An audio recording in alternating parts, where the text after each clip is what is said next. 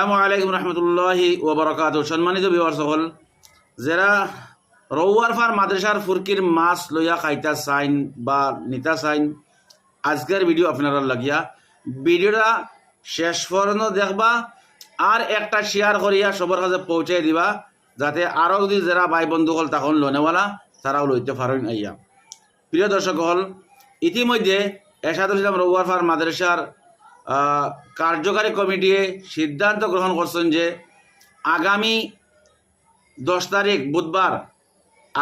তারিখ বুধবার সকাল ফজরের পরে এরশাদুল ইসলাম রৌয়ার ফার মাদ্রাসার ফুরকির মাছ মারা হইব এবং বেচা হইব নগদ পয়সার বিনিময়ে।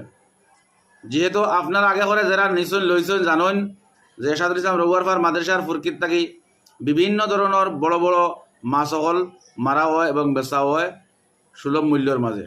গতিকে আপনারা যারা ইচ্ছুক আছেন লোনেওয়ালা, আপনারা ইয়া সময় মতো ইয়া হাজির হইবা আর ভিডিওটা বেশ করে শেয়ার করিয়া আরও 10 জনকে শোনার এবং জানার সুযোগ করে দিবা।